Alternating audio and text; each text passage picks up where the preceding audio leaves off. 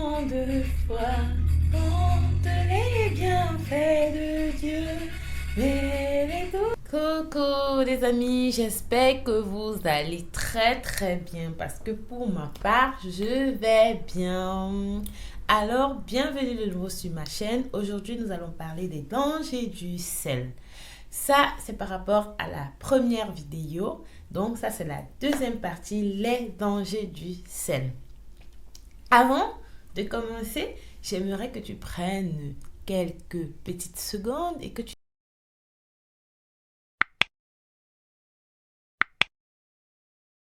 t'abonnes.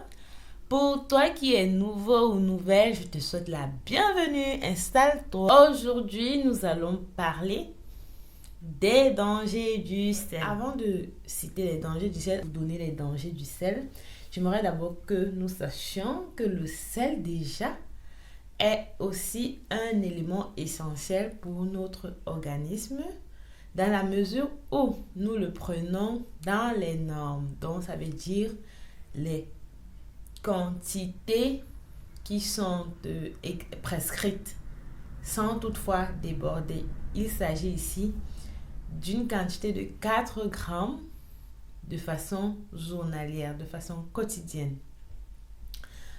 Ça, c'est le max et le minimum, c'est 2 grammes. Nous pouvons aussi ne pas prendre. Cela n'est pas aussi néfaste que lorsque nous le prenons en très grande quantité. Déjà, le sel assure la transmission des neurones. Le sel nous aide à l'hydratation de notre corps. Le sel aide le bon fonctionnement des reins. Ça, c'est vraiment en très petite quantité.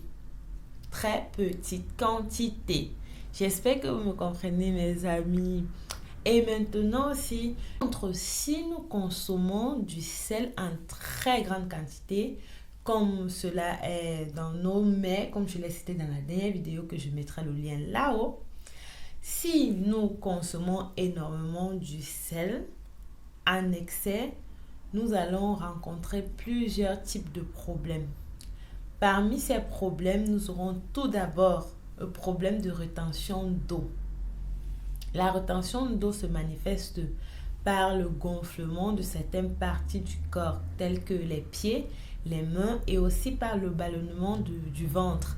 Lorsqu'il y a la rétention dans les tissus cutanés, nous observons un ballonnement de ventre et généralement ça nous met mal à l'aise. Nous ne connaissons pas la provenance. Gonflé, on ne peut pas porter des chaussures qu'on veut, les pieds sont toujours pas menace. Et oui, il s'agit de l'excès de consommation de sel. On trouve ça beaucoup chez les femmes enceintes et des vieilles personnes.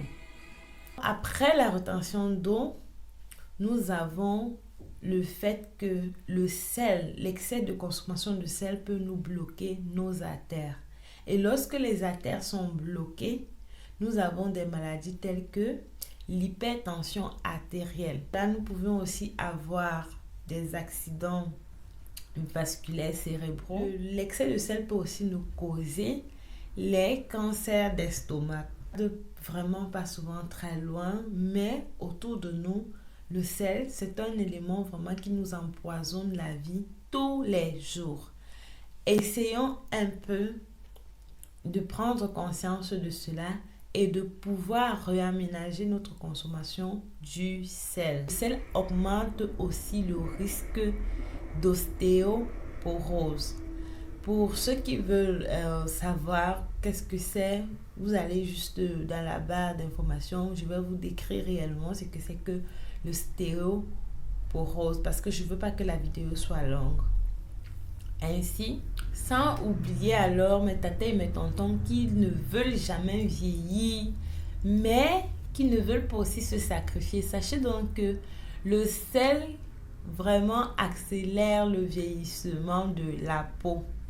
Vous voyez des personnes qui sont là, qui ont une trentaine d'années, une quarantaine d'années, mais la peau est ils ont tellement vieilli, ils ne savent pas ce qui se passe. Et oui, sachez que la consommation excessive du sel peut accélérer, voire même à une vitesse vraiment exponentielle, le vieillissement de votre peau et qui va aussi entraîner le vieillissement de vous-même. Enfin, pour ne citer que cela, le sel peut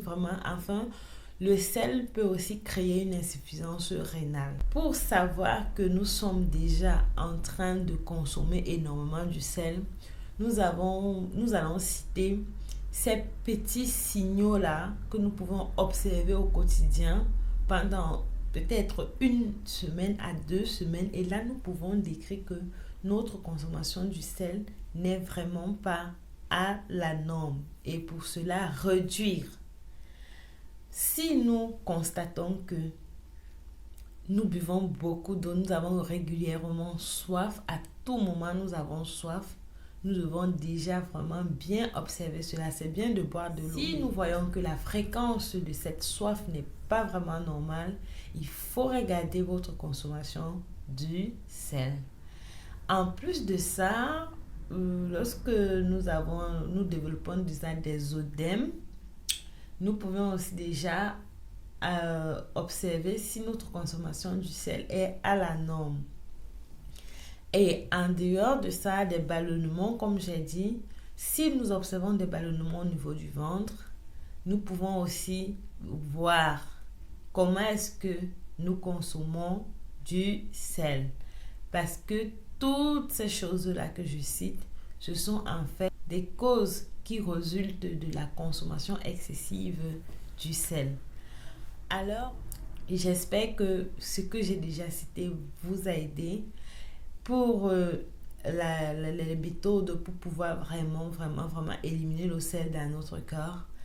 Déjà, il faut boire beaucoup d'eau. Et la chose principale, beaucoup d'eau pour éliminer déjà le sel qu'il y a dans notre corps. La chose principale, c'est de diminuer maintenant les quantités que nous consommons, que nous prenons. Et comme j'ai promis à la fin de cette vidéo de vous donner une astuce qui va vous aider, il s'agit du concombre. Quand vous constatez que votre prise de sel est énorme, essayez de mettre une routine dans votre quotidien de manger au minimum un concombre par jour. Le concombre est un fruit excellent qui vraiment va vous aider à venir rééquilibrer le taux de sel dans votre corps et va vous aider vraiment à hydrater aussi votre corps, votre peau de l'intérieur, et vous allez voir comment cela s'illumine sur votre visage, sur votre corps, partout, et vous serez vraiment heureux d'avoir fait cet effort.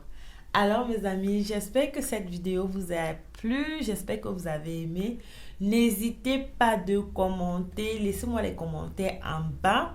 Et surtout, activez la cloche de notification, partagez à vos amis, partagez à vos mamans, à vos papas. Ça peut vraiment aider, ça peut aider tout le monde. Et on se dit à la vidéo prochaine. Prenez soin de vous. Bye bye.